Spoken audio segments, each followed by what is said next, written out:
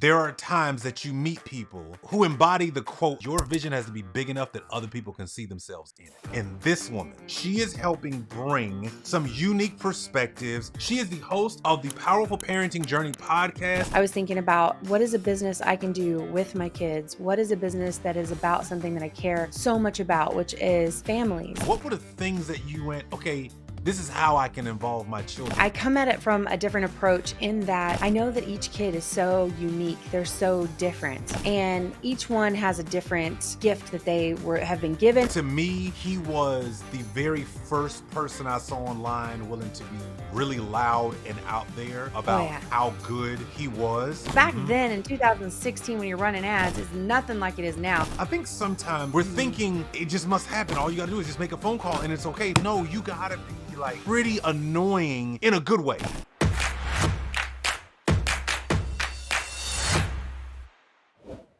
All right, what's going on, everybody? Hey, listen, you are in the Side Business Builders group. I know your notifications just went off, and you're probably like rushing. Don't worry, because this conversation is gonna be really good. You know, I told you guys earlier this week, like we had some really cool interviews back to back to back, and today's conversation, man, I say this all the time, and then I know y'all be like, Chris, you say the same thing every time, but I'm not kidding, because every time you hear the interview, you go, he wasn't kidding. This person was really cool, but this person I'm bringing you today is actually really, really cool. In fact, here's the thing I want you to know. In certain circles, there are times that you meet people who's who embody the quote that I absolutely love. The quote I love that says is, your vision has to be big enough that other people can see themselves in it. And this woman right here has a vision around empowering parents to not only be themselves, show up authentically, but have a relationship with their children that is unrivaled, right? Doesn't matter their friendship statuses and all these other things. She is helping bring some unique perspectives, talking about things that are really important to us as parents. Now, here's the crazy part, because I want to walk through a few things. Number one, as entrepreneurs, as some of you are budding entrepreneurs, as all of you in our tribe, lovely known as Successfully Discontent, one thing you have found is that it's very difficult, I know I did, especially when my kids became teenagers, to speak the same language in the same room at the same time. So she has gotten to not only be able to master that in her own journey with her children, but here's the cool part. She's not just keeping her learnings and her understanding to herself. She's actually been sharing it. She is the host of the Powerful Parenting Journey podcast, which I highly suggest that every single person go listen, especially mama bears out there who've been climbing the corporate ladder, and maybe you feel a bit guilty about potentially pursuing your passions, or you're wondering, you know, can I ever have that type of relationship with my kids again or for the first time? Let me tell you something. You need to go listen to her show. Now, let me give you a little bit of background on the woman that you're going to hear from today, Stephanie Dove Blake. Listen, I met her through a mastermind. Inside of ClickFunnels, we are a part of the same community. And so we got a chance to actually meet the first time down in Mexico. And her and her husband, Johnny, were like the most gracious people. They didn't know us from a can of paint. We were brand new getting down there. And being in the same room with just like a couple of hundred people, you kind of feel like a fish out of water. She was very friendly, always a smiling face. Her and her husband were very nice. And we've gotten to know each other over the last few months. Well, we had a big marketing conference not too long ago. And man, since we met then up until now, she's done some incredible things, like interview a Russell Brunson, like talk to people about their parenting styles and what they've done and the things that they've gone through in their home. More importantly, she has a community of people that is powerhouse. Listen, I got so many questions, and y'all know me. I keep a pen and notes, so it's about time. So with that being said, ladies and gentlemen, I want to introduce to some and present to others someone that I am getting to know, and someone you are going to definitely love and respect by the end of this. Stephanie Dove Blake, how are you doing today? Hey, oh my gosh, I am so blessed to be here. Thank you so much for having me on. And what that's an incredible intro, Chris. And I can say the same goes for you and your beautiful wife. Y'all have been an absolute pleasure to get to know. It's been awesome. Absolutely. Well, listen, I know there's a couple of things that are gonna happen. I got people that'll be asking some things and sharing some stuff down in the chat, so we'll get to that. But I want to kind of I want to start here because when I was looking at what you have your hands on, like right now in the moment, what I'm more surprised by is the fact that you've done this with children. You've done this. They've seen the change of mom, right? They've gotten a chance to watch your journey, but more importantly, they're also getting to enjoy the fruits of the sacrifices and the labor that you've put in. So here's why I'd like to start. Number one,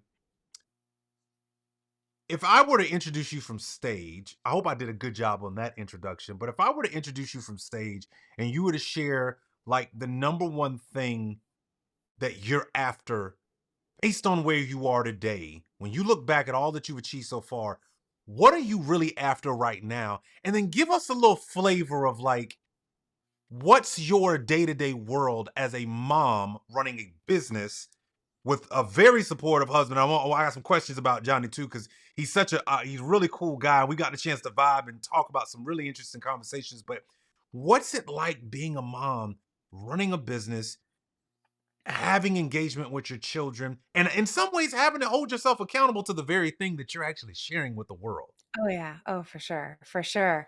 Okay, well, first off, what am I all about right now? I mean, oh, I've done a lot of things in my life, and I'm 43 years old, you guys. I still can't even believe it. I'm 43, and I have 4 kids. They're 10, 15, almost 18, and 21. And I find myself in this place of life where I've built a 7-figure digital marketing agency that is currently running. I have a team of 15, and that agency has completely and totally changed our lives. And whenever I walked on stage to get my first 2 Comma Club award, I was so incredibly blessed and so in awe of just the whole moment. But I remember after the fact, I remember thinking, okay, listen, Stephanie, talking to myself.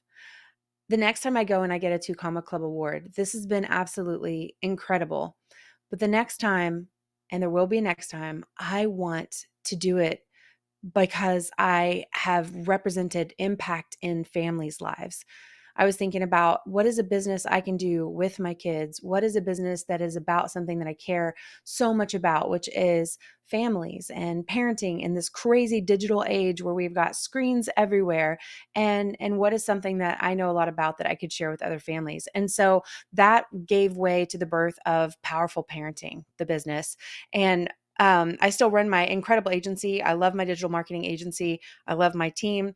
And I'm also venturing out and I'm believing and holding belief to create a beautiful tribe for people to be a part of who are high achievers and incredible people. But in the process of building an empire online, they don't want to lose the kingdom at home. And so that is the main focus. And it's not easy, I have to say, doing what I choose to do every day. There's a lot that goes on. I was just telling Chris before we jumped on, abnormally, we had like crazy fires over in my agency today. And so it took a lot more time out of my day than it normally does. But between that and then starting this, and then involving my kids, like all of the resources that we're creating in the Powerful Parenting tribe, almost every single one of them, my kids have touched it in some way, shape, or form. Whether they gave their insight as someone who has been on that social media platform, or one of them actually made the walkthrough completely themselves, or one of them helped me build the funnel. Like I've got my kids involved as much as I possibly can with everything they've got going on in their lives. And again, it's not always perfect, but the whole idea here is that we don't have to be perfect parents. We just need to work on how do we show up powerfully in our kids' lives. And so that's what I'm trying to do. And I want to help other people do it as well. Because if I'm going to leave a mark, I want to leave a mark in that vein. So, wow. Okay, you started somewhere that I wanted to get to a little later, but we're gonna go here right now because I'm gonna tell you something that I have struggled with. And I don't really have an answer. I'm not saying that you will have a perfect answer, but maybe you'll be able to help me navigate these waters. So there's the narrative out there of like, hey, build something. that can be a legacy you could leave for your children, or build a business to leave for your children. But Stephanie, there's somebody like me going, yeah, but what if that's not an interest of your children? So the thing that I naturally want to ask is, well, Stephanie, how do you go about involving your children in the business that you're building? Because I have not been as successful in that realm. I got an 18 and 19-year old, right? And so they're at that place in their life where they're off to college now. Now they're exploring kind of their own world. So, but even when they were younger, I mean, from my wife doing real estate investing, and you know, uh, us building our one of the first businesses we built together was in the health and wellness space. Like, what did you do? What were the things that you went, okay, this is how I can involve my children? I like the idea. You mentioned something there about, and I want you to explore that. You let them touch it a little bit. Talk to me about how you started that process with the kids, and how do you even get these kids interested? Yeah. So I have to say, I come at it from a different approach in that I know that each kid is so unique. They're so different. And each one has a different gift that they have been given, and then there's gifts that you can cultivate, right? Yeah. And so one of my kids is a techie, like from birth, just like me and my husband. Me and my husband are both techies. I still remember the first time my fingers touched a computer. I think I was 9 years old, and I literally felt like a fish that had finally found water. Like, I understood the Windows operating system backwards and forwards. I learned how to build computers. Like, it was just my thing, right? Like, from so early. And my firstborn is very much like that. And so then we go on to my second son. He's an incredible leader. He's an incredible communicator. He's probably going to be really good at sales. He's still working on some of this stuff.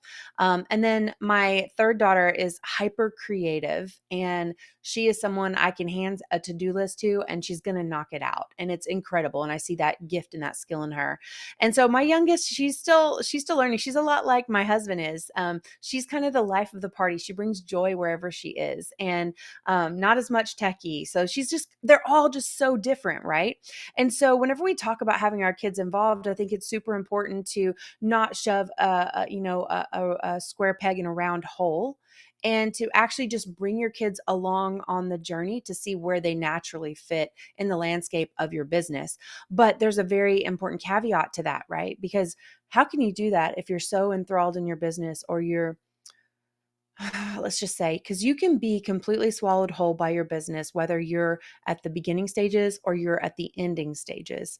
And I hope that everybody who's listening to this, that whenever you're running a business, that you have a good mentor in your life that's saying, hey, slow down. Don't build an empire to lose the kingdom at home. And a lot of times when we get swallowed whole by our business, we don't have the capacity to actually be thinking about, how do I bring my kid into this conversation? How do I share what just happened in business with my family? Because we're so busy thinking about what just happened in our business, or what that next step is, or what the next funnel is, or the messaging, or this or that, or whatever the thing is, right? In reality, um, it's hard, but we have to be able to take a breather, make sure we're thinking about things in all veins of our lives, and then we let those veins intersect, right? Or those verticals or those columns, so that business can be shared over with the kids and your husband, and you're bringing them in and you're like, oh my gosh, I'm thinking about doing this. What do you think? What are your thoughts? Or, I think it's going to be best if I do this and I'm not sure, or I'm facing this business problem. What do you guys think? And bringing them into the business, even though they may not actually have any wherewithal to give you a great answer for those things, they start to become a part of the business. They start to become a part of what you're doing, and they start to understand the story of what you're building. And I think that's one of the biggest, most important parts, is bringing your kids into the story of what's happening. And I've been so fortunate to have like this crazy transformative story, and my kids did experience that. I mean, we went from not being able to do any extracurricular activities, we didn't get to eat out, kind of ramen noodle nights kind of situation, and just really feeling strapped all the time to, oh my gosh, our entire life has completely and totally changed financially. And what does that look like? And oh my gosh, mom's speaking at events, and what's this? What's happening over here? And what's going on over there? And so it's been incredible to kind of, for them to be able to see that journey happen. And so they've gotten to watch the progression of the effective business. And so, and they've also got to watch me go from working for others and then working for myself and what that looks like. And sometimes that looks like working really, really hard. And sometimes that looks like getting to play really, really hard. You bring up something really interesting, and I'd like to uh, go down this path. So, you know, because you've allowed I love what you said, the intersection of those conversations to be able to hit home, and involving the kids and involving your spouse. Let's talk about your relationship with your husband Johnny for a second. So Yeah. I'd like to understand, because I'm a man, and so I wouldn't know what this is like. But as men, when we're building a business and our spouse is either supporting or building it with us, right? We have our ways, we have a way that we think about things and different stuff. What's it like being a woman building a business with a husband who is supporting and helping to build the business as well? What is that like? Being the driver. What is that like as a woman who's you're not just like, it's one thing to manage a business and outside of the business you got the 15 employees and personalities. No, the personalities and the people are also in the house. so, Yeah. so it's not like you could just separate the two, right? What's that journey like as a woman, and what things could you share with the ladies from our community about what you've learned over the last several years as you've been building this thing?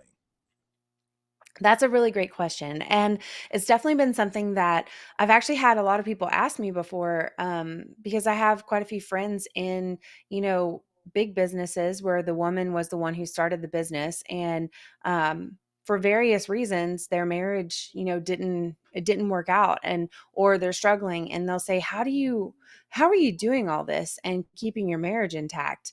And I have to tell you, it's not always easy because my husband is incredible and he makes a lot of it easy because he's very secure as a man and who he is and what we're doing. So he doesn't necessarily deal with a ton of like the ego issues of like, oh yeah, my wife does all these things, because he is a part of it. I couldn't do what I'm doing if it wasn't for our partnership together. Like I wouldn't do what we're doing. I would never choose to do what I'm doing right now if I didn't have him helping me, because what I know would have been at stake would have been my kids.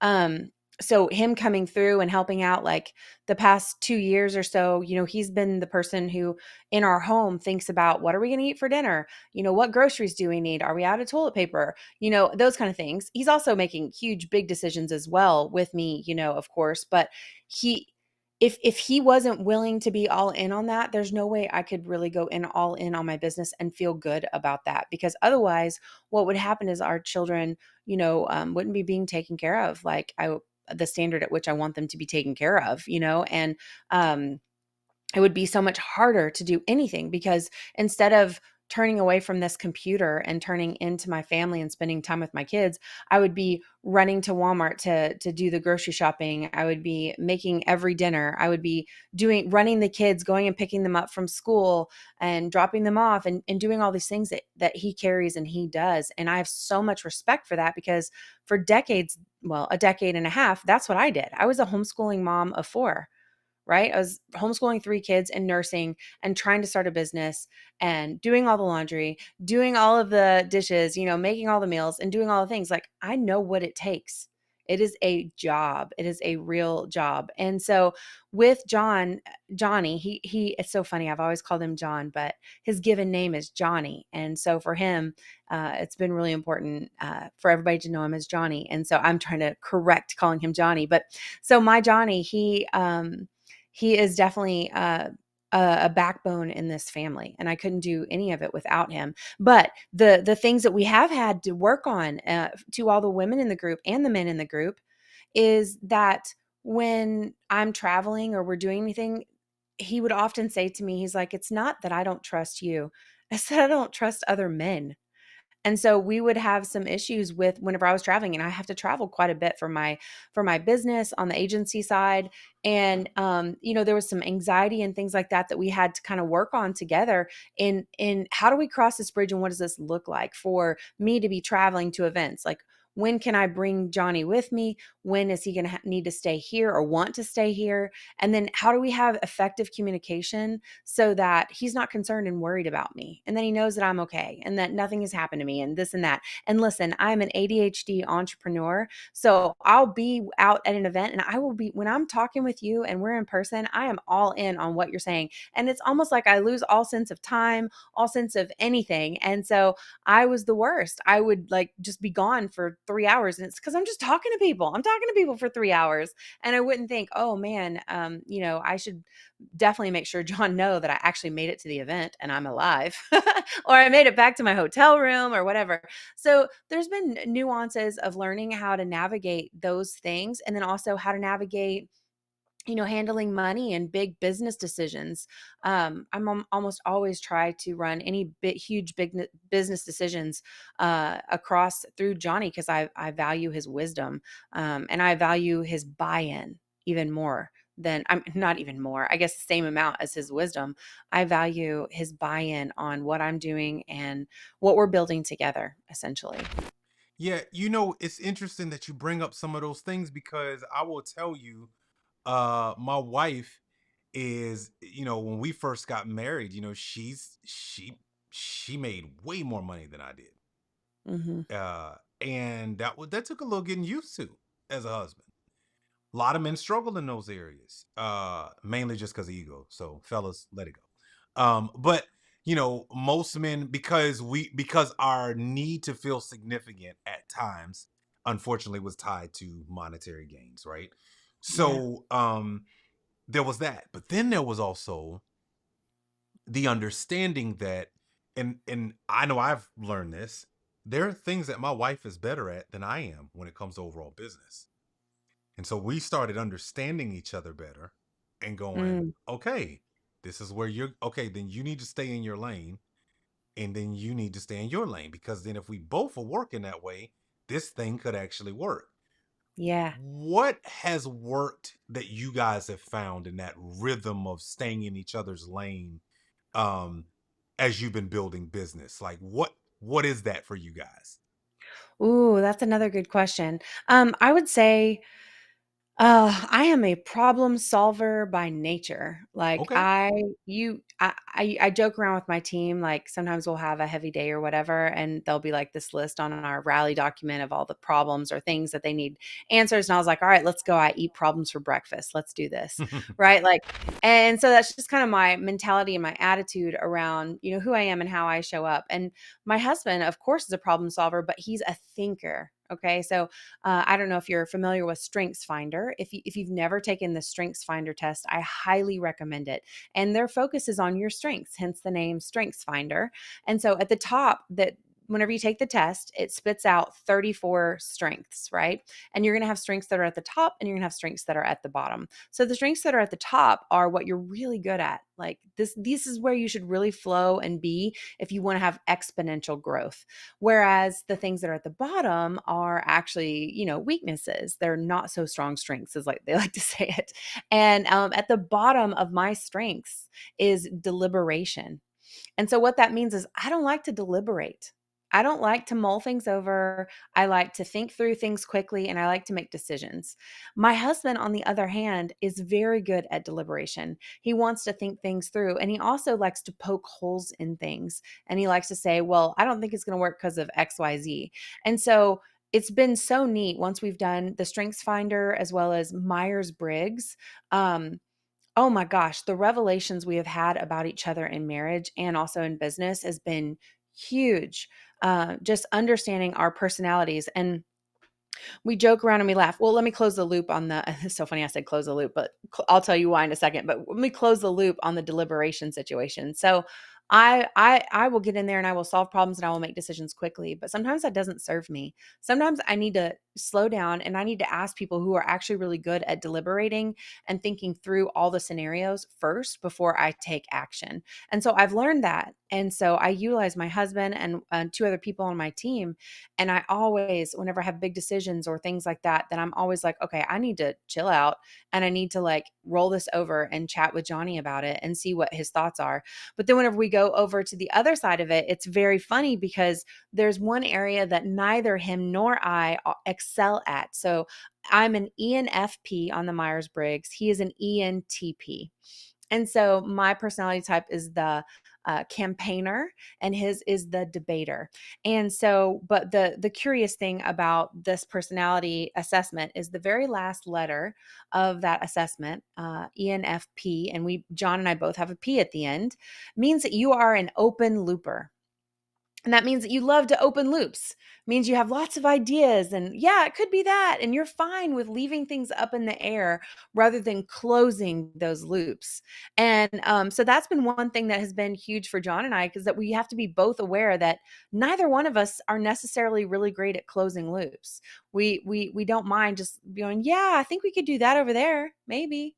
What about that one thing? Oh yeah, yeah, yeah. And so it's so funny to see that play out and also to be aware of it so that whenever we have something going on, it's like, man, we better close that loop. Like, or we need to have someone else to close that loop for us because we don't necessarily want to do it. Or like, did we think that all the way through? Did we actually give a response to that? Because we'll be, we have to watch out because we'll leave loops open.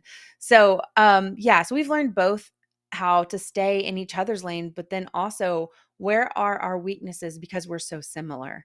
And so that's come out in parenting actually, because neither him nor I are people who like consistency. Again, on the strengths finder is very, very low on my list.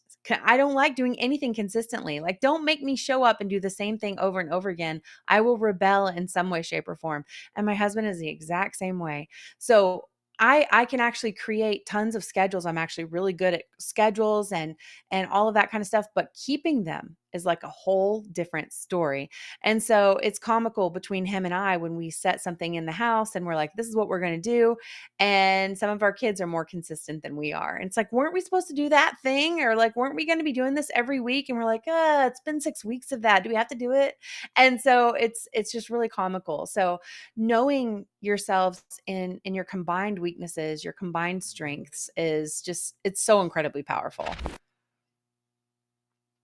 As you talk about that, the thing that it makes me think about is how much work it is to communicate this stuff. Oh yeah. Oh yeah. Not only how much work it is to communicate this stuff, but to constantly go back to it. Because there's I tell this joke all the time in the house to my wife about like, today I do not eat tomatoes. Like if you put a tomato on my sandwich, I feel like you just hate me, right? Like I just like do not put a tomato on my sandwich, right? But that doesn't mean 10 years from now I might like tomatoes, right? Yeah. And so then 10 years from now I might think it's blasphemy that you didn't put, you know, a tomato. And I guess my point to that is it's like, listen, we're all gonna grow, evolve, change, like, right? Like you're not gonna always be the same. So it's really important that um we go back to some of these things, right? None of this stuff is set in stone. You're not the same Right. person that you were when you started the business for sure. And you're Yes. probably happy you're not that same person, right? Oh my gosh, yes. Uh, so here's what I like to do. We're going to talk about the current marketing agency. We're going to talk about what you're doing with the podcast. Which I got so many things about that I want to share. But let's go back for a second. I want you to talk about before the seven-figure business, before the stuff that's going on now, before anybody else but you and your family and your neighbors knew the Blake family, right? Who was Stephanie? Like, what did you have a regular job at a point in time? Who did like who was Stephanie, right? Because Yeah. I always say that like I heard this really great quote. Anything that happened all of a sudden happened incrementally over time. Ooh, yeah. So you didn't just happen all of a sudden, right? Like you were getting to where we are today. Who was Stephanie before the business, before the stuff. Talk to me about that version of you. What were you thinking? What were you feeling? What were you afraid of? Give us an understanding of that. Absolutely. Man, so Stephanie, before all this crazy stuff happened, I have to tell you, I've always been a geek as far as technology goes. I mentioned when I Okay. first found my computer, so actually in high school, I had a lot going on in my childhood. I lost my seven. I'm sorry, my husband. My wow, I lost my dad at 7 years old to bone cancer, Mm, unfortunately. And my mom was very sick due to some back issues that she had and some medicine through my tween and teen years. She was on lots of medication, had lots of surgeries, and unfortunately, I ended up losing her in my 20s. And so, but during the tween and teen years, I was so sick and tired of high school. I was junior high, high school, hated it all. I don't know what it was about the school I was in, school system, but I just rarely found any teachers that cared anymore. They were so sick and tired of dealing with the kids who weren't behaving good, that they didn't see the kids that were behaving good. And I didn't feel like I was learning anything. I felt like I was studying for tests. And my mom was really sick. And so I made the decision to drop out whenever I was 17 years old. And the decision I made wasn't like I want to drop out and do nothing. I saw some commercial on TV back then for a school for network engineering. And essentially, this is network engineering, for those who don't know, is where you can engineer networks for computers to be able to talk together and set up server rooms and all that kind of stuff. And I was like, I bet I can do that. I bet I can do that. And this is kind of in the dot com boom era. So I dropped out of high school. I got myself a big fat too large of a loan through my mother for this school that was a 7-month long school. Honestly, it was really criminal with what they were charging, but it was a 7-month long school, and you got certified in all these different certifications, TCP/IP. You got your MCSE, which is a Microsoft certification, showing that you've had this breadth of knowledge about all these different things. And I became certified Novell administrator, which meant that I could, be an administrator for all these Novell networks. And I started getting jobs. I worked at Cigna in their land department. I worked at Austin College in their land department, got to work in some server rooms. And I was still myself. I was like this weird anomaly because even whenever I was in school, I was this 17-year-old in a room with 40-year-old men. And they're like, who is this bubbly 17-year-old girl sitting in our room? We're learning about computers and building computers and all of that. So it was kind of a crazy journey. But I've never been scared to think outside of the box. And so I started through all these jobs, and I was going to climb the corporate ladder, and I was working on it. I think the last job I had, I was working at Austin College, but I had worked at EDS, which was Ross Perot's business, and made my way up through several levels of support where I was like top tier support and doing all of these crazy things, and ended up being at Austin College working in a server room overseeing a department. And I think I was only 20 years old at that time, and making more money than I thought was possible at that time. But then I decided to get married, and married Johnny, and was just so incredibly in love with him. And we decided that we were going to follow and help out with his dad's ministry. And so we started following and doing stuff in that ministry. And then we were overseas as missionaries for 4 years, went over there and did all sorts of crazy stuff there. And so I really put all of this to the side for this grand adventure and calling that we both felt, and just did some absolutely crazy, incredible things in Thailand and experienced so much. And whenever we came back here to America, I was kind of out of the network engineering world. I was behind. And so I'd have to get like recertified. But the biggest thing was I had kids. And it was like, there's no way I'm leaving my babies to go to corporate. Like, I'm just not going to do it. So I have to figure something out. I have to figure out a way I can make money at home. So I did. I started little businesses. Like, at one point I sold beauty control makeup. I sold LuLaRoe and started trying to build a business that way. I had a pocket beagle breeding business. Please don't hate me. Don't come for me. But a lot of people have varied opinions about that. But yeah, I had some pocket beagles, and they were beautiful. They were our babies, and we would breed them once a year. And I had a website and would sell these beautiful puppies to families, and it was awesome. Became the top pocket beagle breeder in the United States for a little while. It was insane. And so it was very small business, just side money, nothing ever enough to change our lives or anything. But we got to a point where uh it just wasn't enough, and I had decided I wasn't going to work for my father-in-law anymore, and um because of multiple reasons. And so it was time to figure things out, and it was so incredible because Chris, I just feel like God had a plan, because I met this woman at this mom conference that I had been going to, and we kept in touch over the years. Every year we would see each other, and one year she said, "What's going on?" And it was the year that I was stopping working for my father-in-law. And essentially, she was like, "Well, once you have quit working for him, I want you to come and chat with me." So I followed up with her after I had done that, and it turned out she had bought a side business, I'm sorry, a business for bloggers, and she was half in it. So she was half owner of this business, and she saw my technical capabilities, and she was like, "I think you're our techie. I want to bring you in. I want to train you up, and I want you to help us build this business."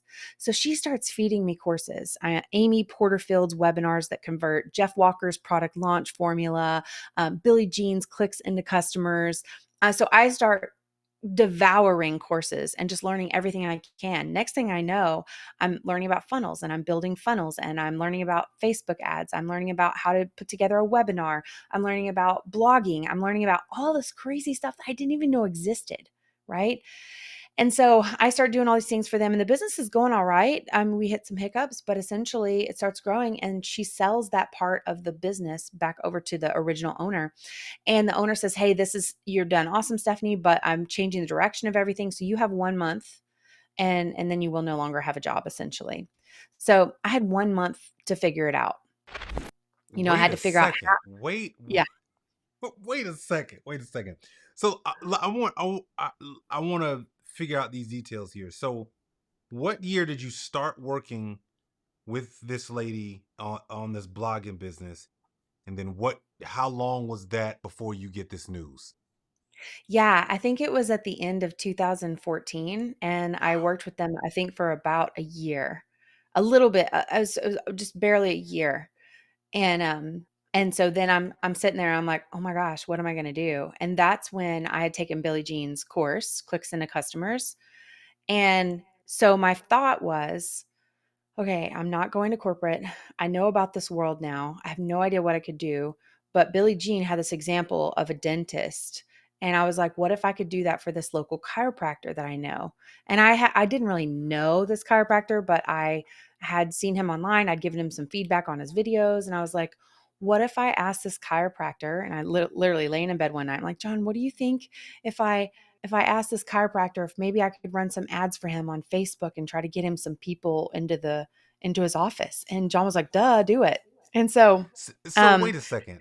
This is so fascinating because I don't know many people, Stephanie, that have dived into courses the way you have, sought out the information the way you did, started working the way you did to get your skill set up. But more importantly, here's something a nuance that maybe you hadn't noticed, but you had a skill for ads. And so to be able to work simultaneously on a skill while also seeing where that skill could apply, mm, not a lot of people are able to do that in real time. So talk to me about what your superpower was as it relates to understanding Facebook ads, because I will tell you that's one area that I'm not a novice because I don't understand it. I'm a novice because it just makes my brain hurt when I think about running a Facebook ad. It just does, because people talk about the pixels and you got to have this right and you got to put this together, and I'm like, I just want to pay somebody because I don't understand all the yeah. stuff. So how did you like get there? Like that's a lot of a set of skills in the Blake brain there. That's interesting. That's impressive to me because I don't have it. Well, I think it's just because I've never been scared of technology, right? Never. Okay. And so I had no fear around it necessarily, and I was in survival mode. I had learned something and I was like, well, if Billy says that I can do it, then I can do it. And I essentially borrowed Billy's belief because he was over there spewing it out, man. Billy's like, I did this, you can do this. And I was like, okay, maybe I can. Maybe I can do this. And so I reached out to that chiropractor and I asked him if I could run some ads for him. And he told me no. Okay. He told me no first. But I was persistent. I made him a video. I mocked up I built the funnel I was going to build for him. I made the ads and I was like, look, this is what it would look like. This is what it would be like. And this is how we could generate leads. All I need is for you to give me ad spend. I won't even charge you until we have success. And then per month, I'd charge you this amount. So wait a second. You get this guy's phone number. You call him. He doesn't know you from a can of paint. You pitch this opportunity to him that, hey, I will do your ads. I will build the funnel for you. And of course, he probably thinks you're speaking Greek or just trying to sell him on something. And so of course he turns you down, right? But you keep persisting. What was the second phone call? Did you just walk in this dude's office until you just got annoying? Like, what? Because I want people to understand. I think the reason why I'm going down this path is because I think sometimes we think because we're watching other people's stories basically on social media, right? Like we're Mhm. thinking, oh, it just must happen. All you gotta do is just make a phone call and it's okay. No, it's like, no, you gotta be like pretty annoying in a good way, right? Like Yeah. on your goals, your dreams, on what you're trying to get done. Sometimes you got to go give something away for free. Like you're talking a lot of principles that I think a lot of times people just do not want to do. And I Yeah. think to me it's gold what you're saying right now. But like, so what was the second conversation? How did you get this guy to pay you some attention? Well, the crazy part is all of this happened inside of Facebook Messenger. So I'm literally just messaging his business Wow. page. And so the second time, and I will say I had been helpful, like he'd post videos online and I was just curious, and it's kind of how I live my life. Like, nobody's a stranger to me really. And so, I see this dude online and he's a chiropractor and he's doing Facebook Live for the first time in 2014, right? And like trying to do his thing. And he's like way far back in the camera, like way back there. So we can't really see his face. He's backlit. So I message him. I'm like, hey, if you get a little closer to the camera, people can see your eyes. And then there's this thing called know, like, and trust. And it would really help. And at that time, I was just giving. I was just trying to help, So I had a couple of messages of built up, I guess maybe trust. I don't know if he thought maybe I was just saying those things in order to get to that moment, but literally I was just trying to help the man because I was like, hey, it's a chiropractor. I want to help him get out there in the community to know more about him. So yeah, I messaged him again on Facebook Messenger. The second time I included back then it wasn't Loom, but it was like I think I used Camtasia, and I had recorded the screen, and I heard somewhere that if you have on the screen their website, they're much more likely to pay attention. So I recorded the screen, me talking with my little bobbling head, right? And I recorded their website. I was like, look, your website is great.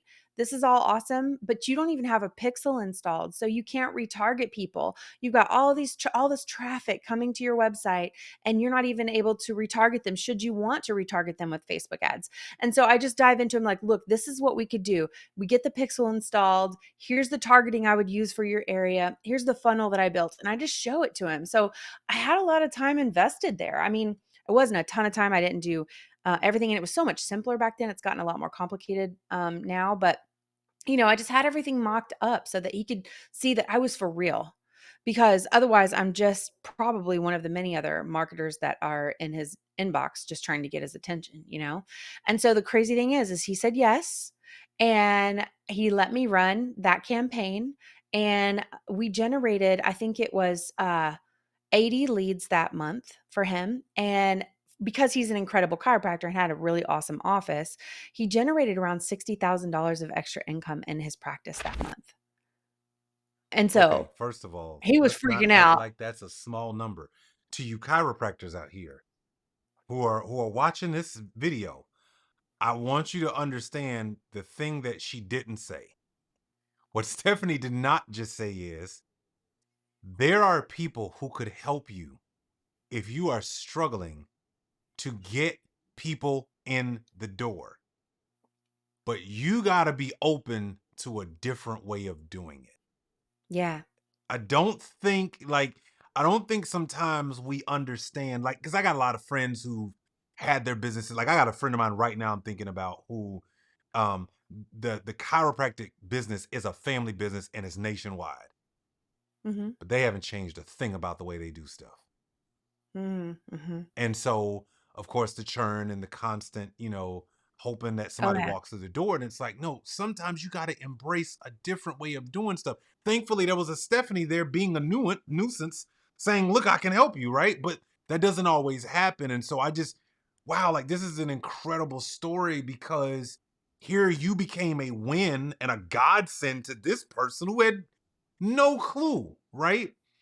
So once you generate this $60,000 for him, did you leverage it as like social proof to start thinking down this path of being an agency? What was the next thing from that? Because it had to feel good to you too.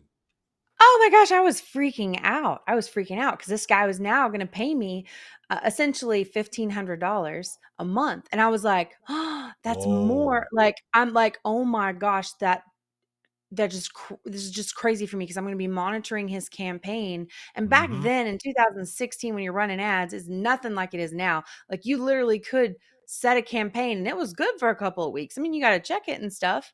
And then back then, all the leads are thrown into a spreadsheet, so it's like, "Here's your leads," and it's hands off, you know? It's not the story today. But so at that point, I was freaking out and he was freaking out. He's like, "What do we gotta do to keep this going?" And essentially, I said, "What do you think about doing a webinar together?" And he said, "Sounds great. I'll bring some of my chiropractic buddies from all over the United States." And so I had no idea how many people he was going to bring on the webinar, but he ended up bringing 10 people on the webinar. And all I did was I talked through what we had done together and what the results were. And essentially, 9 out of 10 of those guys signed up on the webinar. And I was freaking out. That was my first time I had a $7,000 day. I didn't even know what to do with myself. Talk about imposter syndrome. I'm like, like, I don't know what I'm doing. I don't know. Like, I was really freaking out at that point, you know. Yeah. But I knew who Billie Jean was. And he was one, I had been in his Clicks and a Customer's course. They had gotten that course for me. And so I was like, the minute I made enough money, I called Billie Jean. He's like, how much do I need to pay you so that I'm in your mastermind so that I can learn how to do this? So And you know what's so, interesting? I've been following Billie Jean for a number of years. And Billy, when you watch this video, thanks Stephanie, because I'm not gonna lie. On the outside looking in, I'm like, is this guy for real? Like, is he this doesn't sound like is this really real? Like the way he goes about things. To me, he was the very first person I saw online willing to be really loud and out there oh, about yeah. how good he was. And then you just started seeing all the social proof. But again, I've never had any interaction with him. Billy, I would love to meet you. Love to have you on the show. But, talk about what was it about going through some of the things that you learned from him in his program? Why was the program even helpful to you? What made it so that the information was applicable immediately? Because I think sometimes we're afraid, like if you think about it, my audience are coursed to death. They're afraid Yeah. of like, well, somebody else is just charging more money. Like, okay, there's another money grab for this, another like what is it that made that one worth you going, I got to make this happen because I'm able to get results? Well, the thing is I think the crazy thing is I think most courses that are out there, a lot of them have all this actionable content. And don't get me wrong, Billy's course was amazing. And a lot of what Billy gave me was belief. And Mm, I don't know if he gets that or not fully because he did, of course, give me the how.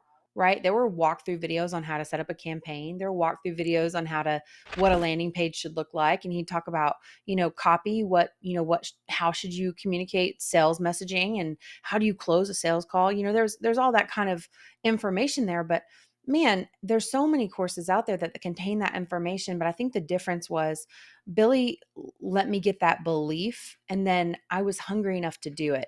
And as someone who has created courses before and I've had people inside of my courses, there's always that unfortunate 80-20 rule. And it's usually 80% that are not going to actually complete your course. They're most of them are going to start and watch one or two videos and not watch any more of them. And there's a 20% that will actually tune in, become a part of your community, and actually watch your videos. And most of the time, that has nothing to do with your actual content, it's actual human nature. Now we can engineer and we can make our courses better this way and that way in order to fight against that, and I think that we should. And as people who provide information as a service, I think it's important that we fight to have that. But the reality is that I think it was a combo of me being hungry and Billy helping me believe that I was capable to do it. And I mean, I'm just this homeschooling mama of 4 at that period of time, like I've never really truly been in that industry, and I'd been making all these things for that previous business for a little while there, but, like, did I know how to run an agency? No. Did I know how to sell? No.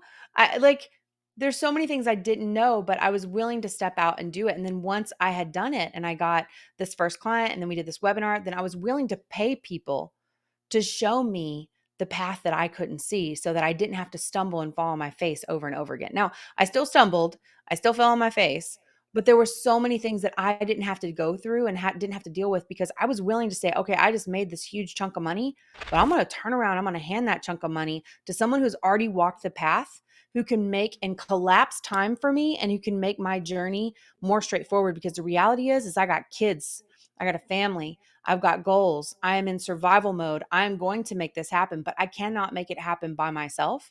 So I'm going to reinvest that money back into my brain and back into support for myself so that as I'm doing this, for one, I don't feel alone, because I knew if I felt completely alone in all of it, it would have been so much harder. But I had a community to belong to. I had people that I could borrow belief from. And I also had those resources that if I needed them and need to go look at another campaign, need to go look at another funnel, then I could. And so it was definitely something that I don't know how much of it was the course itself, although the content is wonderful, don't get me wrong, but it was the hunger and the belief and that I knew that I could do it and I wanted it that bad. So for anybody who's listening and maybe you've got a course, I'm sure if you're a course buyer, I mean, I've got courses I still have that I haven't gone through. So I've fallen into that 80% at different times in my life. But when you're hungry, you're going to go in there and you're going to get it. And you got to make sure that fear never becomes your roadblock, because I could have said, what if he Wow. says no? Right? Like, what if he says no? Well, he did say no. The worst happened. He said no. And I went back and I asked again. Right. And it was a matter of not allowing the what ifs, the future fear of something that hasn't even happened yet to stop me from creating the life of my dreams. Man, I think that getting over it the first time, right? Like, I think there's something about um starting that journey and you got over yourself. You did the webinar and people signed up, and then you had to get over yourself again. But I also like the fact that you talked about, because one of the things that is not talked about a lot, and I surely try to make sure that I hone on in it in our community, is that, at the end of the day, the money you make from your side business is not yours. Mm, You first start making money, like I remember my first $7,000 day. The first time I made it, one of our side businesses started a health and wellness business. At the end of the first month, 30 days later, I had a check for $7,508.34. And those 34 cents were nice. important. And I remember getting that check and thinking to myself, I just cracked the code I felt like Neo in the Matrix, right? Like, oh Yes. my God, this is amazing. But I also had another realization that, to your point, oh, but this money belongs to the business. Mm, I've got to reinvest this money if I want, because a lot of people, right? Because, as an employee mentality, hey, I just did some work. Well, I should get paid. No, that's not how it typically works when you're building a business. The business Yeah. is like a little baby that can't walk, can't move, can't do anything. You have to do all of this stuff until the business is up and running. I'm curious. I brought this up because I'm curious from your perspective. What are some hard truths that you've had to deal with in building a Mm, business? What are some of those hard truths that even impacted your family? yeah. Um, that you've had to understand, navigate sometimes, that might have not been the easiest thing. You didn't see it when it started, but boy, once things got going, some of these hard truths probably smacked you in the face, right? I know I've Yeah. definitely had my share. What were some of those for you? I think one of the biggest ones that's been the most impactful throughout the entire journey. So it was impactful in the beginning, but in the middle and still now is the fact that the journey itself is what qualifies you to reach the goal. And it's a concept by Ryan Holiday called, and he has a book called "The Obstacle Is the Way." Oh, And yes. and the whole idea here is, I think whenever we're doing the thing, we resent the pain and we resent the struggle. And we sometimes, whenever crap hits the fan, we're going, we're freaking out. And for me, whenever I get stressed out, I feel it. Sometimes I can feel my nerves on end. And, some people deal with panic attacks and different things happen. But the reality is that a hard truth is that problems will never stop in business. Like, they don't just stop. You wake up and all of a sudden your business is just whoop whoop, everything is fine. And I would just challenge almost, maybe there's a couple billionaires out there and they've got things in such emotion that they don't ever have to worry about problems. But I do know like one or two billionaires and they still got problems, things that they're trying to figure out, right? Like, the problems just don't stop. And the sooner you can accept that and recognize that and decide that you are an innovator, you are someone who eats problems for breakfast, you are someone who problems are, you're not going to allow problems to weigh you down or to stop you from forward movement. Because the reality is the problems and the failures are actually what teach us something. So I love the saying, I believe it was by Nelson Mandela, but he says, I never lose. I only win or I learn something. And it's truly become a mantra in my life, in that whenever a problem comes or something, the crap hits the fan, something goes one way, like I lose an employee that's critical and pivotal, and it feels like the end of the world. Reality is I know now, because I can look back at history and I can say nothing is the end of the world. The end of the world is whenever I decide to stop moving forward, right? Like, quote unquote, as far as like my business world.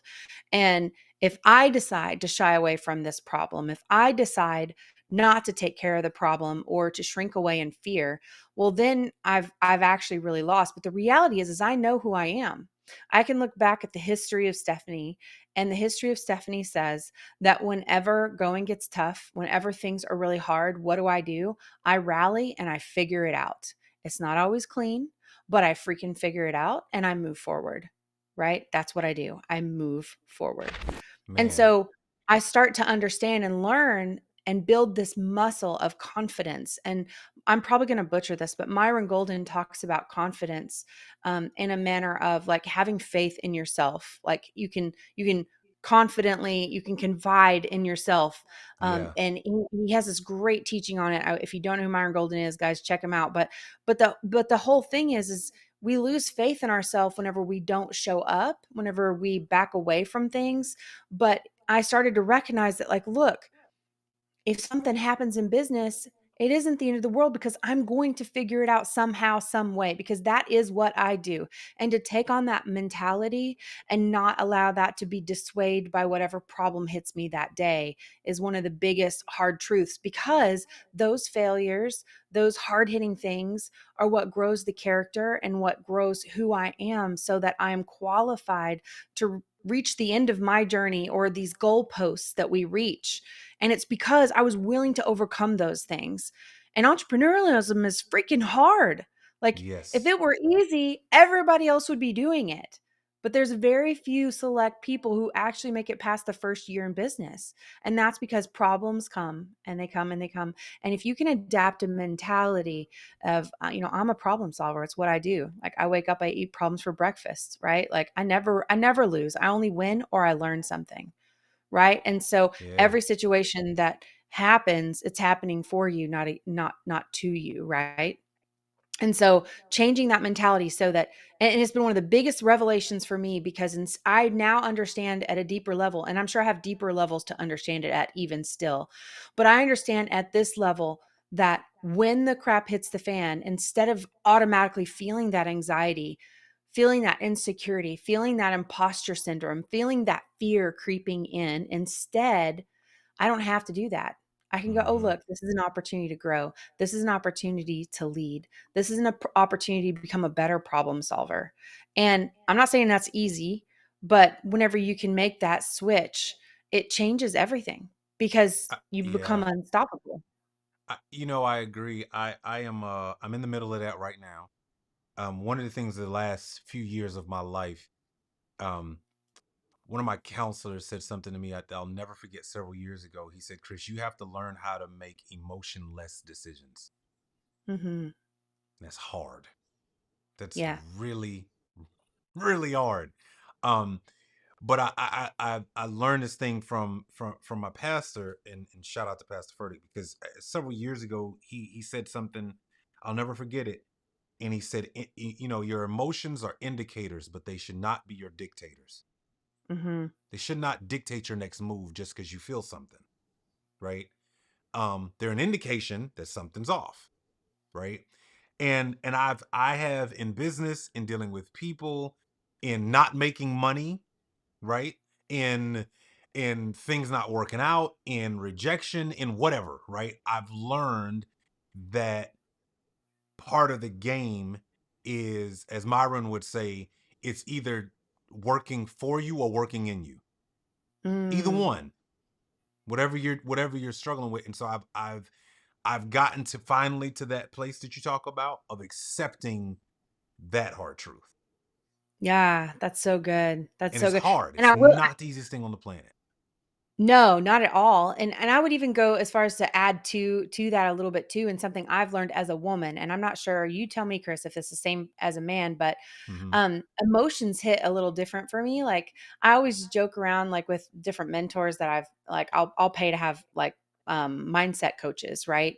And I'll say, look, why do I have to fight so hard? Like, in those early days when I was starting my agency, I literally would get up in the morning and I would play these certain songs so that I could go to war, because I had to battle for my mindset for that day. Because sometimes Mm. I'd wake up and I'd be like, I can't do this. Like, I don't know who these chiropractors think I am, but I don't, what if I can't get this? Or this ad set is not Right. performing. And like, what if I don't, da, da, da, just like Yeah. freaking out. And what I found to be true was that I really had to battle for that day's worth of belief in Mm. order to make it to the next day, right? And I'm so thankful that I don't have to do that like that anymore, but I still have to fight. I still have to battle. And one of the coolest things that I was given, I felt like was a gift from one of those life coaches, was just like what you said, your emotions are an indicator, right? And you don't have to move off of those emotions necessarily, but your emotions are valid. And and to look at your emotion, whatever that emotion is, and say, "Hey, look, you," like, for instance, let's just say, I'm building a campaign, or something isn't working right, and I'm like, oh, I'm such an imposter, like, I this isn't going to work for me, like, I'm not this person, like, it's, I've got them all fooled, and it's all going to come crumbling down now because blah blah blah blah. And she had me get a picture of myself as a little girl and set that on my desk, and then to look at that picture and recognize my emotions, which were telling me that I wasn't enough, I was imposter, I wasn't capable, right? All of these things, and then just say, look, whenever you were a kid, those ideas might have served you well. Those emotions might have protected you from doing anything that compromised where you were in life, but it's not serving me well now. I acknowledge these emotions. And it seems so silly. It seems so silly, and it felt so silly whenever I was first started doing it. But it was like, okay, yeah, I feel X, I feel Y, I feel Z. I can acknowledge those emotions, and those emotions are there because they're trying to get me not to move forward because it's scary. But you know what? Even though it's scary, it I'm still moving forward. And I could work through my emotions that way. So it's emotions. You don't have, like you said, it's emotionless decision. So in the decision itself, you're not basing it off of your emotions, but still making sure as a woman to let your emotions have a moment to where you acknowledge them, right? Otherwise you feel shut down, and it almost hardens your heart a little bit and calloused to go, well, you shouldn't feel that, right? And Yeah, I know some people who, their emotions come up and they feel shame around that, and they're like, I shouldn't feel this way, and that does a whole separate thing to you. It sure screws you up does. in a whole different way. So I know for me as a woman, it's super important to feel those emotions, acknowledge those emotions, but still continue, like you said, make that emotionless decision to where I acknowledge those emotions, but they aren't going to play in or make me make a different decision than what I want to do. Yeah. It's interesting that I would say as a man we deal with the same thing. I think here's the thing that I realize, especially for spouses who are listening to this and watching this episode right now, going yes, and they're all in the feels about this episode because they're like, I want to build something. I put up a poll in our community and asked everyone while we've been talking, hey, are you building a business with your spouse right now? Right? Yes, no, or maybe you want to, right? And so I'm curious that when you got a business to run, there's a lot going on. Yes, you're involving your children, but Stephanie, how do you get downtime? What does that Mm. look like? Or is that scheduled? Like, do you literally have it on your calendar where it's like Wednesday night, 7 p.m. We're, you know, doing whatever? Like for my wife, I carve things out, right? So for example, I got connected to a lady who owns a pottery class in our area. And so every Tuesday night or morning, she goes to pottery. That's something she actually loves doing. So that's a thing for her, right? Yeah. Friday night, good glass of wine and Dateline. Like that's Yeah. her thing, right? Like I just because I pay attention to who she is and Yeah. like what Yeah. gives her downtime. How are you finding the way to do your version of downtime and what Johnny needs too? Because his version of downtime ain't yours, right? So how are Yeah. you guys dealing with that? Yeah. So for one, I think this is super important. And I think it's especially important to think about how do you hack yourself, because essentially that's what it's doing. And if you are like me, I'm an Enneagram 3, again, huge personality geek over here. Enneagram 3 is the achiever. We, don't sit still for long. We're always wanting to do something. We're always optimizing something in some way, shape, or form. And my husband is Enneagram 7, and he is like the life of the party. He's fun. He doesn't want to miss out on anything. He doesn't want to be bored, FOMO, all that good stuff. And so for us, it's definitely been a dance. But one thing I have found is that who I am, and again, I would encourage you, hack yourself. Because what I found, what other people thought was fun, I didn't necessarily think was fun. Like, unless it's a nostalgic movie that I just really love, I don't necessarily like sitting down and watching a movie per se, unless I'm doing it with someone that I love. I but so, you know, I don't like, I remember we'd go out and we'd do something. One time my friend, my sister-in-law invited me and some other people to go to a piano bar, and afterwards everybody else was just lit up. That was so much fun. And I was like, I don't know, was it? We can't even hear each other. I don't, like, I didn't have a great like, to me, I was like, I was glad to be there with them, and I would have gone a million times over because she asked me, but I was like, I don't know, was that fun? What is fun exactly? And so I had to learn what that meant for myself, and usually for me that means to create something, to learn and to create.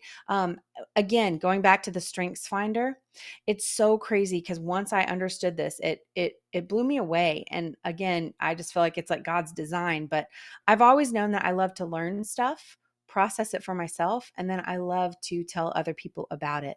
Like, even when I was really young, as soon as I'd learned something really cool, I'd always want to share it with somebody. And if you look at my top 5 strengths, my very first one is includer. So includer means I am looking for making sure everybody is involved. I want everybody to feel seen and heard. The second one is input. I love to learn. I love to collect. Also, I love to collect bits of information as well as collect little things. I have lots of little things that I collect. And then the third one is achiever, which means I am motivated by doing things, success, all of that. I want to get things done. And then communication is my next one, and then positivity. And so whenever you actually look at those 5 strengths, it's so crazy because I knew who I was and kind of how I functioned before and what made me feel happy. And then once we layered in the 5 strengths, I was like, oh my gosh, that makes total sense. So what I do is I love to learn, and I love to find the positive pieces of it. I love to see what's the good stuff here that could impact other people. I love to do something about it, which is the achiever, and then use my communication to tell other people about it, which can help people feel included and seen in how I do all of it together. And so it's just so crazy to see that. So essentially, whenever I want downtime, it's going to look like creating something or overhauling something or whatever, because then I can walk away from it and I feel elated. I feel like I had fun. And that might look like with my kids, we might be reading a book together, or it might be that I get to sit on my computer and create something. Or the weird thing is I have found that in order to think, again, hack yourself. In order for me to really get in my head and think, I need to occupy my physical body. So I do like to create. I love pottery. It's fun.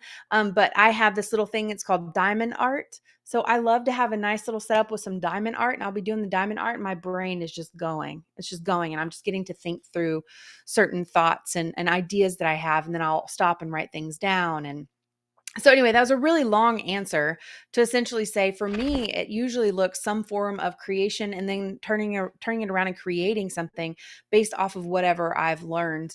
And then for my husband John, it's he definitely likes to play video games. So he plays video games. We used to play video games together, not so much anymore, but we he likes video games, but he also just loves to experience new things. He Mm, loves to go try a new restaurant. But he wants me with him. He doesn't, he wants to do something with me and for us to go out and have an experience together that's different from, things prior to. And that definitely has to do with his personality type. And he yeah. loves to I help saw you guys people. just recently were at a concert, and I think you took the kids with you guys recently to a Yeah. concert.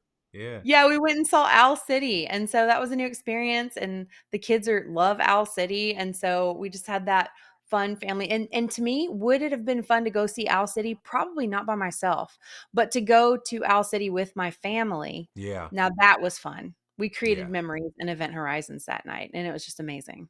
That's awesome. That's awesome. So you are achiever. So I noticed something in what you've been sharing here today. Um, so you knew that when you were in survival mode, you had to build something. You start building with somebody, run into some challenges, and then you decide to, laying up one night thinking about helping this chiropractor out. You finally do it. You get the webinar started. Now we're off to the races, right? Um, then you turn around and decide, I want to do a podcast. so so so talk to me about how this came about, and we've had some conversations as of late, even about like some of your passion around, as you mentioned in the beginning, right? I loved what you said, and I wrote this down. You don't want to lose the kingdom at home. And so, talk to me about like what is this podcast for you? What is Mm, it doing for Stephanie? Because one of the things that I know about people who are building a podcast, a lot of times the journey is just as personal as it is for the people who are actually consuming it, right? So mhm. talk to us about the podcast, the Powerful Parenting a journey, and what is it doing for you? Yeah, that's a awesome question. So for me, I mean, I have kids that range from 10 to 21. And just because my kids are older, it does not mean the job is done at all. And matter of fact, I'm a firm believer that you're a parent even after your kids leave, obviously. Yeah. And your parenting job doesn't stop just because they leave your house. Like, and I think if there's been a gift that I've had in my life is knowing that I don't know what I don't know. And I love to have people in my life that have walked the path before me. And because parenting is so incredibly important to me and to show up well for my kids, to get to talk to people about what they've learned and in hopes to inspire other parents out there to lean in and develop great deep connections with their kids, and to pay attention, especially with screens in our homes and what it is nowadays, and how we have to battle for that time with them, and should we even have to battle for that time with them? Like, what does it look like to parent well in this day and age with everything we have going on in our lives? And so the podcast is all about being able to connect with other people who are doing great things in their family, and most of them are entrepreneurs. They're people who have started a business, or they're a part of something really big, but they're prioritizing their relationship with their kids. And I need all that wisdom. I need that inspiration in my life as I'm moving forward, because I don't ever want to go halfway through the race and get tired and do half as good as I was in the beginning of the race, right? And so the podcast for me is that, and also to a reminder of why I care so much. Because the way I grew up, I felt very disconnected because of the nature of having lost my father, and then my mother being very, very sick and not having much family around at all. And I know deeply what that feels like, and I don't want kids to grow up that way. And I feel like screens in our home, in a lot of our homes, not all of our homes, but in a lot of our homes, are lulling parents to sleep because our kids are so distracted on the screens, we don't actually see the problems, because the problems aren't super apparent. They aren't showing up like they used to. And so a lot of times kids can be living in a world where they're dealing with anxiety and depression and potential, suicidal thoughts, and really struggling with things and feeling shame and feeling guilt, and feeling very disconnected because they thought they had connection online, and so they might have let the connection in the home slack a little bit. And so then we wake up and it's like, wait a second, I don't even think I know exactly, I don't know who my kid is now. Or the kid's like, I don't feel very known. My parents don't care about me. They don't know anything I'm into. I'm in this whole thing over here. They don't even understand. They don't even know what it is. And so for me, the podcast is about hopefully bringing on people that inspire parents to lean in and to develop those deep connection with their kids and figure out the issues, and is that family going to resolve the screen issues in their home, and how do we parent powerfully even though we're not perfect. This is another business for you. Yeah, This it is is. It is. another a journey. This is another portion of the evolution of who you are as a person. Do you mind sharing a little bit from your perspective about what you see? So like, a lot of times parents, as we, build something, or even our corporate journey, right? Or we start to build a side business. Um Sometimes it's not just a child who kind of gets lost in the shuffle. Sometimes it's even ourselves. Oh, yeah. Mhm. If you don't mind, share with our audience what's something we should all keep in mind, as we're still building, our corporate career, but we've made the decision that building a Yeah. side business is for me. And this is the year I'm gonna stop, procrastinating, and I'm getting this done. Yeah. What's something that parent should keep in mind as they journey on down this road? Yeah. I know this is so cliche, but whenever you're on an airplane and they tell you to put the oxygen mask on for yourself first before you Yeah. do others, I feel like that is so true in everything in the question that you just asked because you can't pour out from an empty cup. Like you Hmm. legitimately can't. And oftentimes if you're in corporate and you've made your way and you're making some good money, but you want to start a side business, like it's going to take time, it's going to take energy, and it's going to take effort. And I think it's super easy for us oftentimes, especially if you're like me, Enneagram 3, in an achiever, and you're going to go into it and you're just going so fast that you don't actually take a time and to feel what you're experiencing or to evaluate what you're feeling. And what that can look like is you're just going, going, going, going, and you're not actually experiencing things, or recognizing the roses, right, that you should be smelling, or recognizing, like, is this actually bringing me happiness? And so I can share one tool that has been super helpful. And I learned about it in a book called I believe it's called The War of Art. I think that's the right one. Oh, no, no, I'm sorry. This one is The Artist's Way, although I definitely recommend The War of Art, but this one is called The Artist's Way. And inside of that, there was one tool that has just stuck with me from that book, and it's called Morning Pages. And it's a great way to stay connected with yourself and set yourself up for success.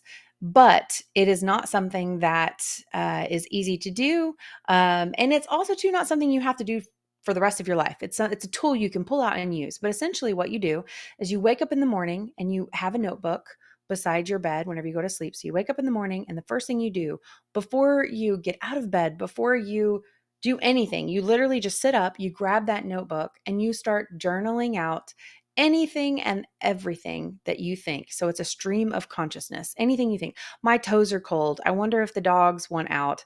Did I remember to get the whatever, whatever? Like whatever comes to your mind, you are literally taking the time and you're writing it out, and it feels so useless. But what ultimately starts to happen, and it may not happen on day one, but what ultimately starts to happen is all the monkeys that actually you woke up with that are on your back trying to beat you over the head with all these ideas, they start to come out on the page. And so, what you're doing here is you're committing to write at least 3 full pages out of your stream of consciousness. And for me, I think it was on day 3, actually. Day 3 is when it really started clicking for me. And about a page and a half in was whenever all of these thoughts started coming to my head. And essentially, I just kept writing about those thoughts, but it was just so crazy because it was almost like these subconscious things that were actually bothering me, subconscious things that were gnawing at me, these proverbial monkeys on my back were coming to light earlier in the day, and I was dealing with them before my day even started. And I was very aware of what my fears were, what my thoughts were, what my hopes were for the day, for the week.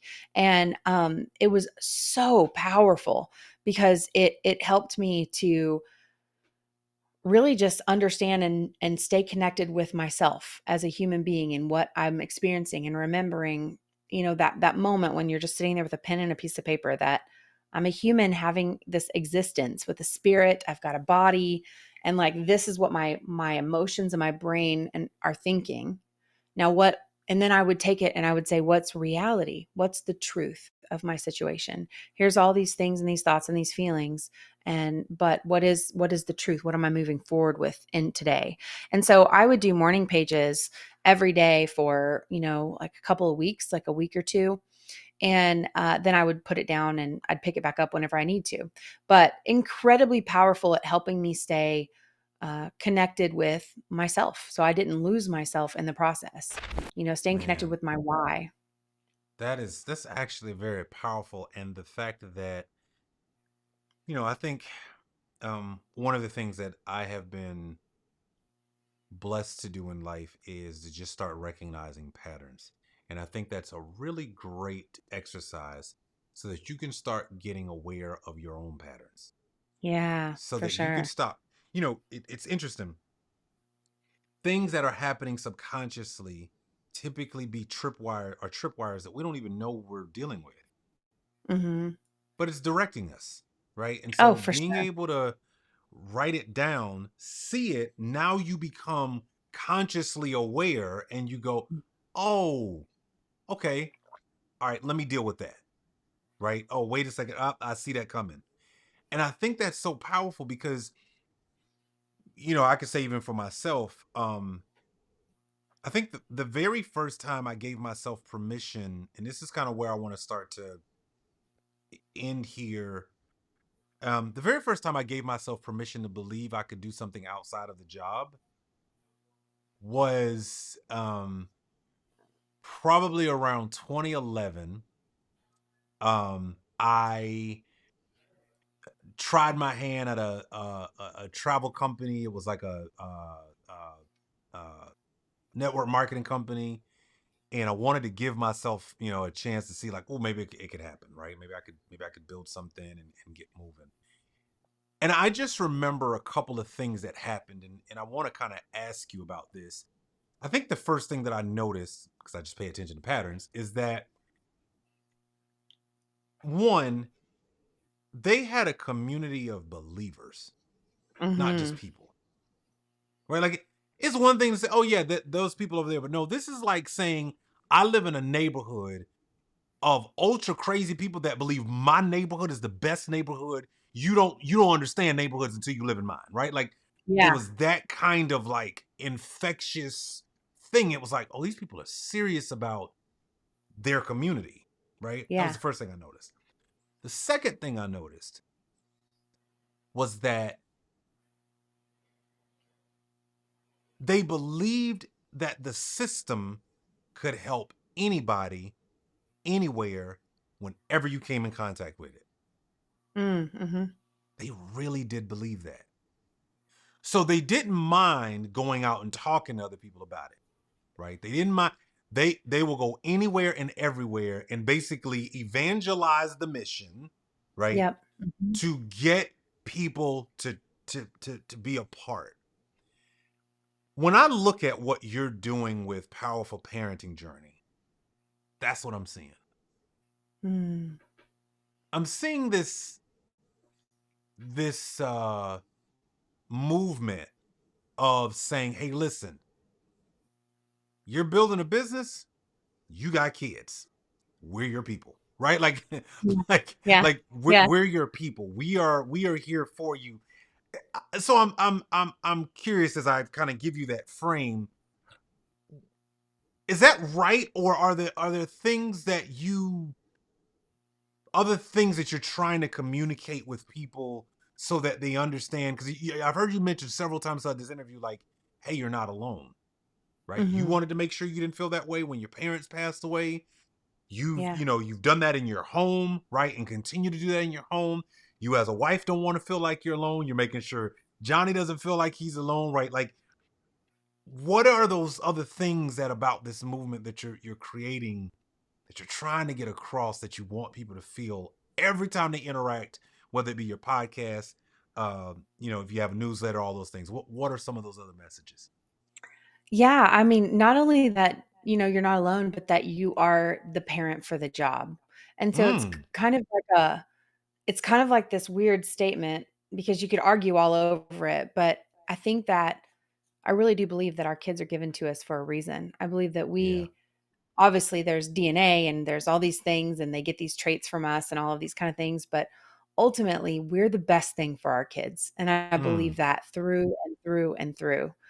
And a lot of times we feel so incapable and we feel so ill-equipped because our culture and the way things happen typically in most people's lives is it isn't like we have, this book that we can read from besides, maybe the Bible but it's not a parenting guidebook, right? There's tons of parenting guide stuff you can get from the Bible, but like it doesn't go when your kid is throwing a tantrum, here's what you need to do, right? Like it's not black and white. And I think that's very intentional. I think the reason why we don't have some huge parenting guidebook that we can pull out, except for maybe like Dr. Spock from back in the 50s, and some of that stuff's just crazy.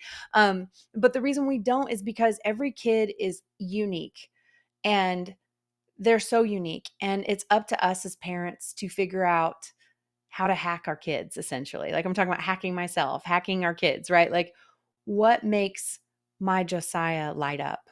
What makes my Jude lean in, right? What does Jocelyn need? And how can I embolden Journey to be the best version of who she is, right? And how does she even know who she is? How can I help her discover that, right? And I'm the person who's going to love them so completely. Nobody else is ever going to love my kids like I love my kids. It's not possible. I birthed them. They are mine. It is literally not possible. So I'm the one on this planet that is going to love all these things about them. And it's the same thing for any parent that's listening right now. Like, you are the parent for the job.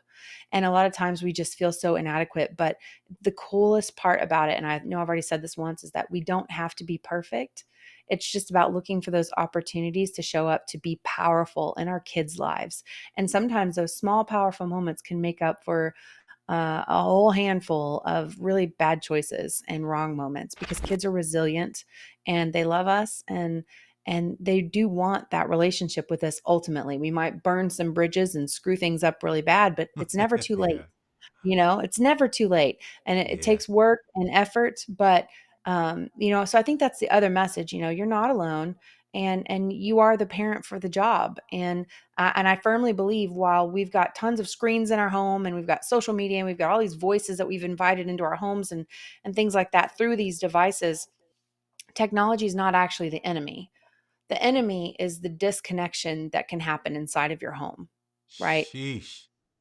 So Oh, it's super important to recognize that, because if we make the technology the enemy, then it becomes about monitoring software and all this stuff. But the reality is relationship with rules is just going to equate to rebellion, or rules without relationship is just going to equate to rebellion.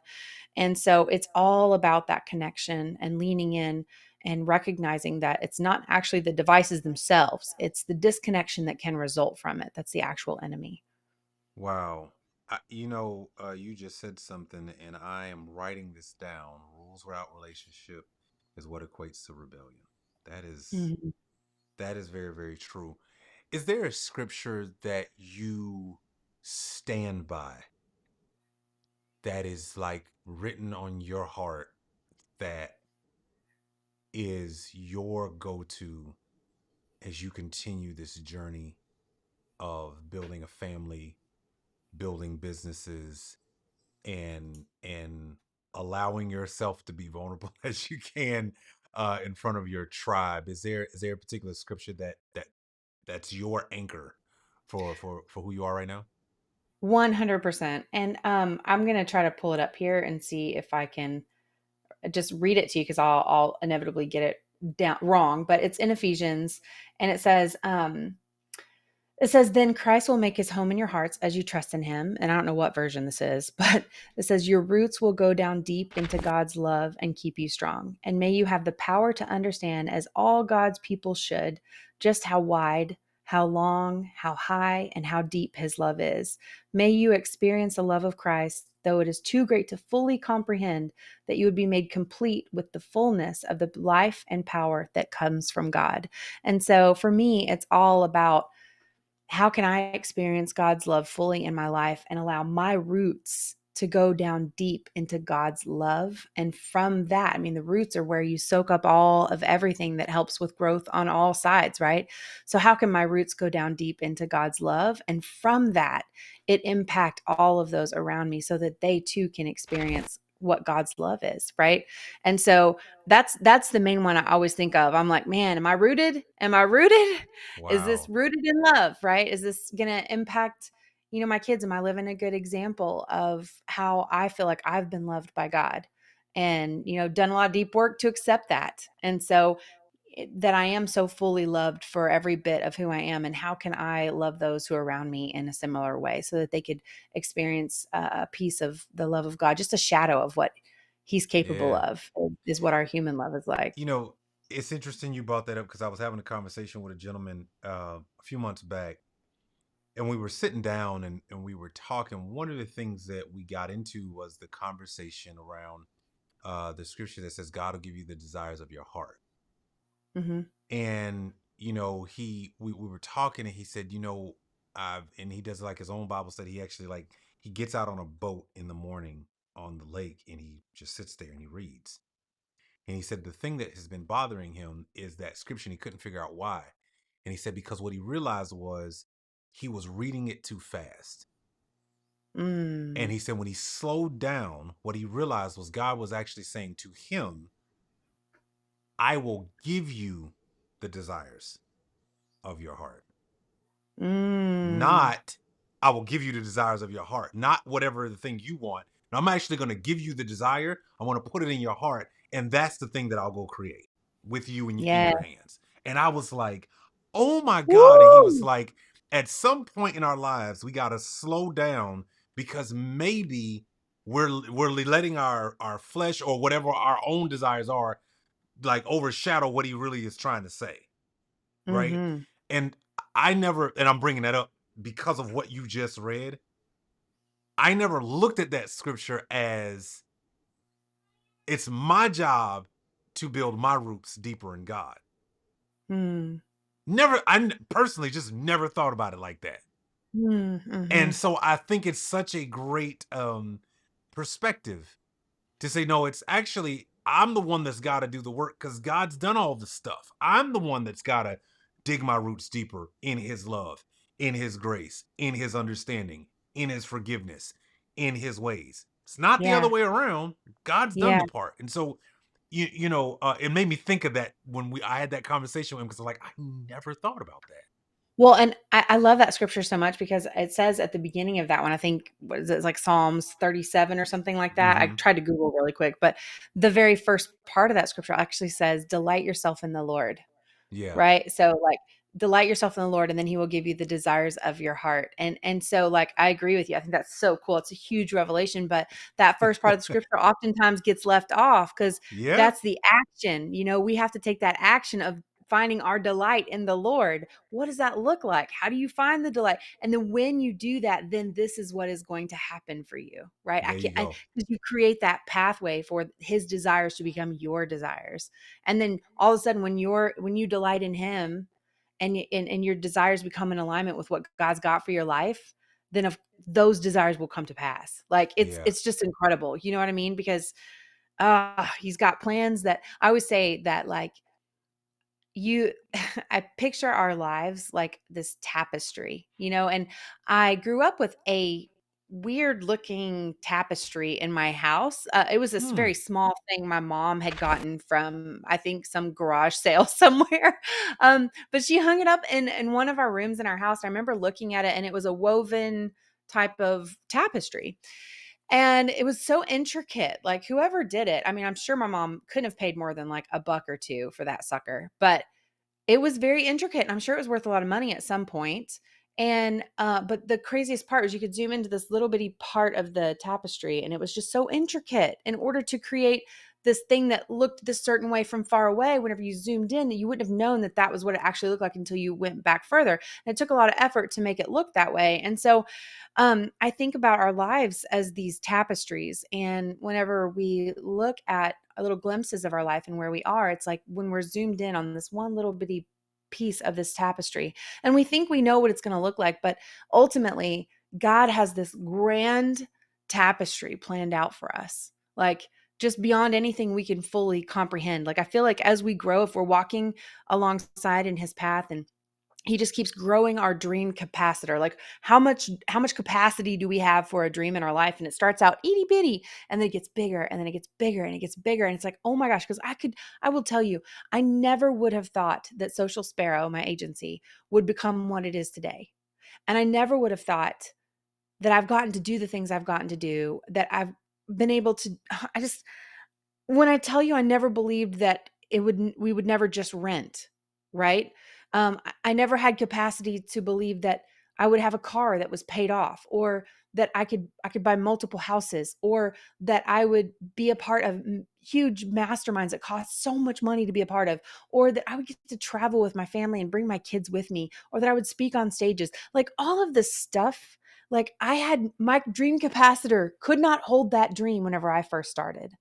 But God in his goodness, as I start going and trying to walk as diligently as I can, as faithfully as I can, grows that dream capacity. It's like, well, maybe I could do this. But in reality, what's so crazy is if we could zoom out and we could see God's big picture, there's this magnificent tapestry of our lives that he already sees.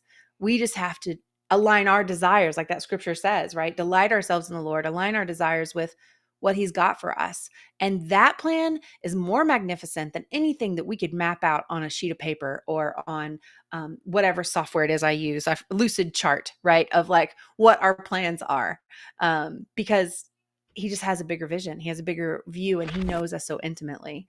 So, Yeah. whatever your tapestry is looking like right now, make sure that you're believing that your dream capacitor can grow. I love that. And I think that's such a great place to end our conversation here. Let me say this, Stephanie. First of all, I know I said it at the very beginning, but I wanna reiterate, like, my wife and I are private people. As much as I'm Mr. Attractive Character and all out there, but like when it comes to like my relationship or my wife and I, like we do not let a lot of people in. Hmm. And it's not because we're just super secretive, but it's just that like I protect my peace at all costs. I like, Oh, yeah. we only hang out with the people that we want to hang out with, right? That give us energy or that we can pour into them, things of that nature. I'm saying all that because, one of the things that I have found to be mind blowing, I guess I will say, my dream capacitor. I did not think that there were uh, a big group of people who are building their lives in such a way, the way you guys are, that Mm. want more, not just for themselves, but they want other people to experience what they're having in real time, right? Mhm. And Mhm. I applaud you for that. I applaud you for being less just kind of let me get it all done and sit in my quiet corner and just enjoy what's going on, which you could. There's nothing wrong with that, right? But you're living out loud. And I will say, as a fellow business person out here, doing what we can to build businesses, improve our family quality, and make an impact. I just appreciate the fact that you didn't quit, Mm. because there's lots of reasons why, valid reasons why you could have, right? Yeah. There's plenty of valid reasons, and you hadn't. And so I just applaud you with that. I applaud you and Johnny for being the husband and wife that you are right now at 614.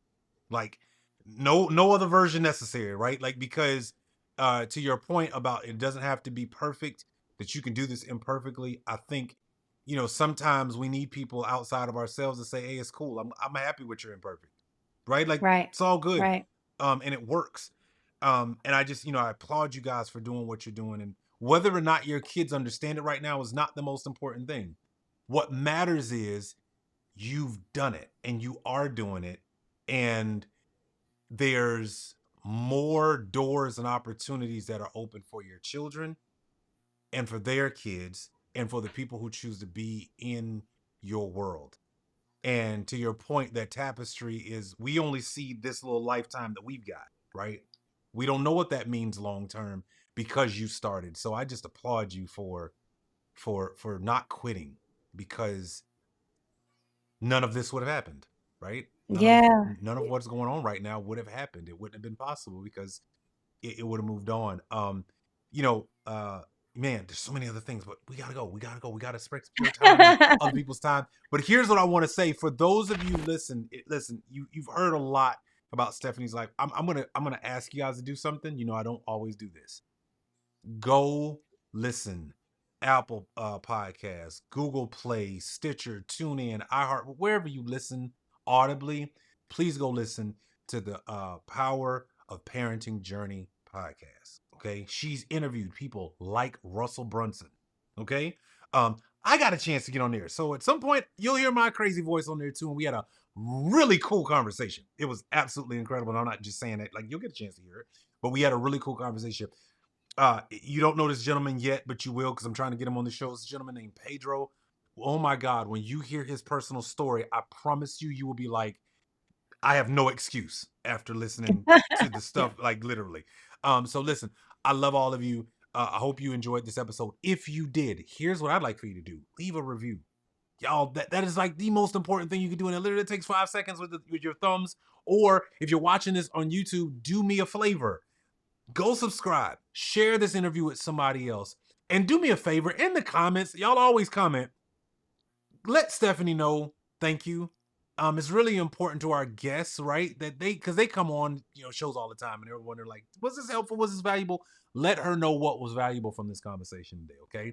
Other than that, man, listen, this is the Grow Your Side Business show. I got even more interviews coming up. I can't, I don't ever tell y'all who they are because I like to keep the surprise going. But I got even more incredible people. As you know, every single year we ramp up the end of the year with incredible conversations because I want to help you get this business started. Do not forget, you can send us an email at hello@successfullydiscontent.com. Make sure you subscribe to the newsletter. It is out now. It is for you. If you find yourself successfully discontent, don't miss it.